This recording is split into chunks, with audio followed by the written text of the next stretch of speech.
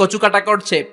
সাহাবীরা দেখে পেছন থেকে বাহাবা দেয়, নবীর কাছে এসে খুশ খবর দেয়, ও নবী দেখেন আপনার সাহাবী দিন কায়েমের আন্দোলনে কালিমার পতাকাটারে জমিনের বুকে পতপত করে উড়ানোর জন্য কেমন করে যুদ্ধের ময়দানে, জিহাদের ময়দানে কাফের আর মুশরিকদেরকে কচু কাটা করছে। নবী দেখেন আজকের জিহাদের ময়দানে যুদ্ধের সব সওয়াব আল্লাহ এই সাহাবীরই দিয়ে দিবে। বিশ্বনবী বললেন হুয়া ফিন্নার, সে জাহান্নামে যাবে। সাহাবীরা তো অবাক, জীবন বাজি রেখে তলোয়ার নিয়ে কাফিরদের সাথে যুদ্ধে ময়দানের মধ্যে লিপ্ত, একটার পর একটা কাফির গুলোরে হত্যা করে জাহান্নামের মেহমান করে পাঠিয়ে দিচ্ছে। এই লোকটা কেমন করে জাহান্নামী হয়?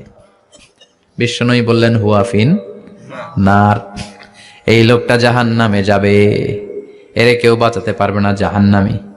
এক সাহাবী মনে মনে বলল এই লোকটা কেমন করে জাহান্নামী হয়, আমি তার পেছনে পেছনে দেখবো তার শেষ পর্যন্ত কি ঘটে, কারণ নবী যা বলে এটা তো কোনোদিন মিথ্যা হতে পারে।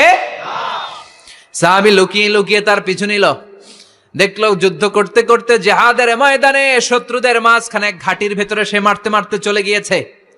মারতে মারতে কাফেরদের মাঝখানে এমন জায়গায় চলে গিয়েছে চারদিক থেকে কাফেররা তাকে ঘেরাও দিয়ে ফেলেছে। এবার আর সে পারে না, দীর্ঘ সময় যুদ্ধ করতে করতে এবার ক্লান্ত শ্রান্ত, এবার নিজেও মারে আবার মাইরও খায়, মারে আবার মাইরও খায়। খেতে খেতে হঠাৎ এক কাফেরের তলোয়ারের আঘাতে তার ডান হাত নাই, এক কোপে ডান হাতটা জমিনে পড়ে গিয়েছে, ফিনকে দিয়ে রক্ত, ব্লিডিং হতে হতে, রক্তপাত হতে হতে সাহাবী নিস্তেজ, আর পারে না, আর সহ্য করতে পারে না। শাহাদাতের জন্য অল্প একটু দেরি, এই অল্প একটু দেরি সাহাবীর আর সহ্য হয় নাই।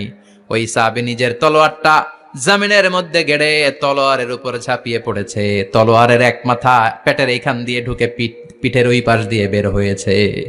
যে সাহাবী পেছন থেকে ফলো করেছে সে বলে আশহাদু আন্না মুহাম্মাদ রাসূলুল্লাহ, আল্লাহু আকবার।